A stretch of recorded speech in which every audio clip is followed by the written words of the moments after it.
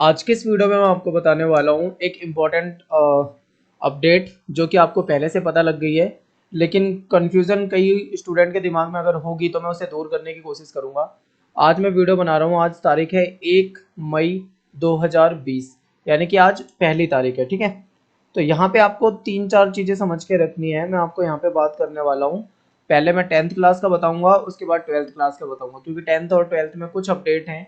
और आप अगर न्यूज़ देखते हैं तो न्यूज़ पे आपको ये अपडेट मिल चुके हैं और कई सारे अखबार में भी अपडेट आ चुके हैं। अगर हम 10th क्लास की बात करें तो यहाँ पे देखिए, जो थोड़ा सा कन्फ्यूज़न दिल्ली में है उसको मैं यहाँ पे दूर करने की कोशिश करूँगा। जैसे कि आपने सीबीएसई का न्यूज़पेपर में पढ़ा होगा या फिर आपने न्यूज़ में भी देखा होगा, तो वहाँ पे क्या बताया गया था कि जो क्लास 10th के जो नॉर्थ ईस्ट दिल्ली है, ठीक है, नॉर्थ ईस्ट दिल्ली, ये उस दिल्ली की बात चल रही है जहाँ पे दंगे दंगे प्रभावित क्षेत्र थे।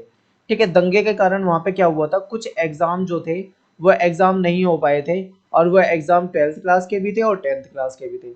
बट यहाँ पे मैं केवल 10th क्लास की बात कर रहा हूँ, यानी कि नॉर्थ ईस्ट दिल्ली में दंगों के कारण कुछ एग्जाम 10वीं क्लास के बच्चों के नहीं हो पाए थे। सीबीएसई ने कहा है कि उन बच्चों के जो एग्जाम नहीं हो पाए थे इस दौरान, वो एग्जाम 10th क्लास की सीबीएसई लेने वाली है। यानी जब भी लॉकडाउन खुलेगा तो उन एग्जाम को करवाया जाएगा, ऐसा सीबीएसई की तरफ से कहा गया है। तो जो बच्चे, अब देखो यहाँ पे दो कंफ्यूजन दिमाग में आ जाएगी। जो बच्चे नॉर्थ ईस्ट दिल्ली के हैं उनको तो क्लियर समझ में आना चाहिए भाई ऐसा ऐसा है, लेकिन जो बच्चे नॉर्थ ईस्ट दिल्ली के नहीं है उनका क्या होगा। तो उनके एग्जाम हो चुके हैं, ठीक है, उनका दोबारा कोई एग्जाम नहीं होगा और वो प्रमोट कर दिए जाएंगे, लेकिन नॉर्थ ईस्ट दिल्ली के बच्चे उन एग्जाम को लेने के बाद ही पास होंगे और आगे का जो प्रोसेस होगा ये होगा। तो ये आपको क्लियर हो गया। अब सीबीएसई जो होती है वो दिल्ली में नहीं होती, ऑल ओवर इंडिया में भी है इसका।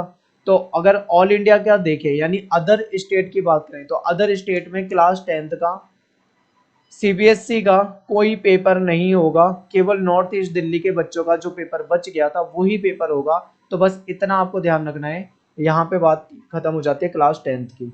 और जो बाकी बच्चे हैं वो 10th के बाद के जो 11th क्लास में आ चुके हैं प्रमोट हो जाएंगे, वो अपनी 11वीं क्लास की पढ़ाई शुरू कर दें, क्योंकि अब टाइम बर्बाद करके कोई फायदा तो है नहीं, तो आप अपना पढ़ाई शुरू कर दें। लेकिन जो नॉर्थ ईस्ट दिल्ली के बच्चे हैं वो अपना जो 10th क्लास के बचे हुए पेपर हैं उनके जो भी रह गए थे, आप उन पेपरों की तैयारी अपनी जारी रखें, बिल्कुल उसको छोड़े नहीं। अब बात कर लेते हैं क्लास 12th की। मैं आपको यहाँ पे बता दूं कि आप अगर वीडियो के एंड पे कोई कमेंट करते हो तो कमेंट करने से पहले आप पूरी वीडियो को देखा करो। जैसे कि लास्ट वीडियो में एक बच्चा कमेंट कर रहा था और वो न जाने कैसी बातें कर रहा था, जबकि ऐसा कुछ बताया भी नहीं गया था वीडियो में। तो आप पूरा वीडियो देखा करो, उसके बाद ही कोई कमेंट किया करो।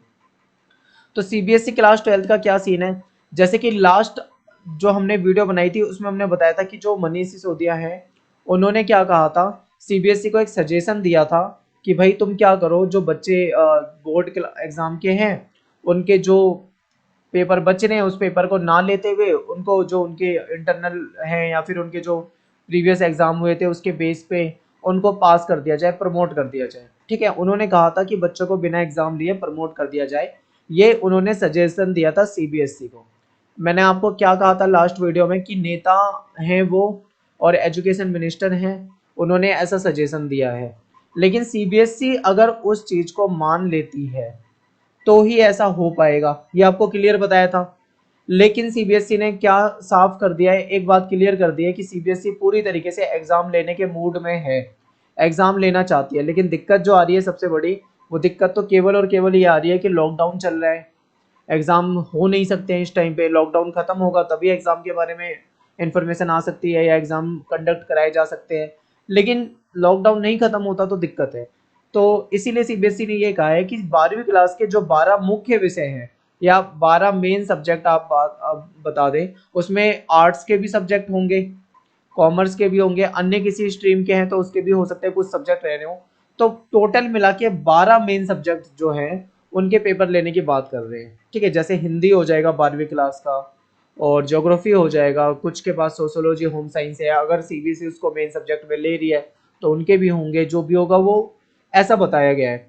तो यानी कि इनका कहना क्या है सीबीएसई का कि 12वीं क्लास के पेपर लिए जाएंगे और 12 मुख्य सब्जेक्ट जो है, मेन सब्जेक्ट जो है उनके पेपर लिए जाएंगे। कब लिए जाएंगे, ये होगा आफ्टर लॉकडाउन।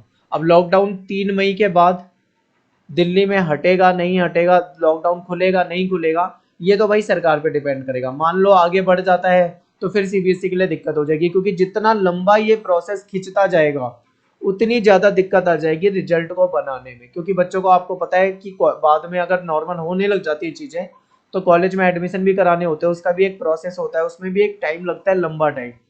ठीक है, ऐसा नहीं है कि कॉलेज में आप एक दिन में ही रात में आपने फॉर्म भरा अगली सुबह आपका एडमिशन हो गया। उसमें बहुत लंबा प्रोसेस होता है, कॉलेज का महीनों लग जाते हैं उसमें कट ऑफ आने में और पूरा। तो मतलब समझ रहे हो, अगर यहीं से रिजल्ट ही लेट हो जाएगा ज्यादा तो आगे एडमिशन में भी बहुत तरह की दिक्कतें आएंगी। तो उन सब चीजों को देखते हुए आगे सब कुछ पता लगेगा तो लॉकडाउन के बाद ही पता लगेगा।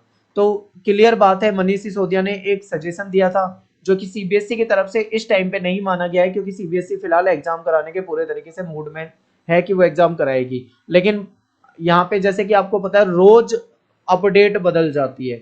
आज कुछ खबर होती है, 24 घंटे के बाद कुछ खबर होगी, उसके 24 घंटे के बाद कोई और खबर होगी, उसके 24 घंटे के बाद कोई और खबर होगी, ऐसा होगा। तो आप एक बार 3 मई का वेट करो। ठीक है, ज्यादा टाइम नहीं है, 2 दिन रहने, 2 दिन के बाद क्या अपडेट आगे आएगी उसको थोड़ा सा देखेंगे समझेंगे, और उसके बाद कुछ पता लग पाएगा। क्लियर कुछ भी नहीं हो रहा है, सब कुछ लॉकडाउन के बाद ही पता लगेगा। तो आई होप आपको मेरी बात समझ में आई होगी। लास्ट वीडियो पे भी मैंने आपको यही बताया था कि किस तरीके से मतलब क्या क्या सजेशन आ रहे हैं उनकी तरफ, और क्या सीबीएसई उनको मान रही है नहीं मान रही है, क्या होगा क्या नहीं होगा। देखिए यहाँ पे मैं आपको फिर से लास्ट एक ही बात बता देता हूँ, अंतिम फैसला जो होता है, अंतिम फैसला यहाँ पे केवल और केवल सीबीएसई का होता है। ठीक है, सीबीएसई जो अपनी प्रेस रिलीज जारी करेगी या कोई सर्कुलर डालती है तो उस सर्कुलर पे, उस ऑर्डर पे आपको बिलीव विश्वास करना है। उसके अलावा आपको कहीं पे भी पूरे 100% विश्वास नहीं करना है, क्योंकि फाइनल फैसला जो होता है वो सीबीएसई का होता है। ये बात मैं आपको बहुत लंबे समय से बताता आ रहा हूँ और अब तक आपको पता लग गया होगा, ये चीजें आपको क्लियर हो गई होगी। आई होप आपको मेरी बातें समझ में आई होगी। आप बिल्कुल भी टेंशन ना लें, घबराए ना, क्योंकि सीबीएसई ने भी कहा है कि आपको पेरेंट्स को, स्टूडेंट को टेंशन लेने की जरूरत नहीं है। धीरे धीरे जो भी होगा, हालात ठीक होते सब कुछ करा दिया जाएगा। तो आप घबराए नहीं, जो होना था वो तो हो चुका है, लेट जो भी हो रहा है उसे बिल्कुल भी ना सोचे। मिलते हैं नेक्स्ट वीडियो में। Thanks for watching. जय हिंद, जय भारत।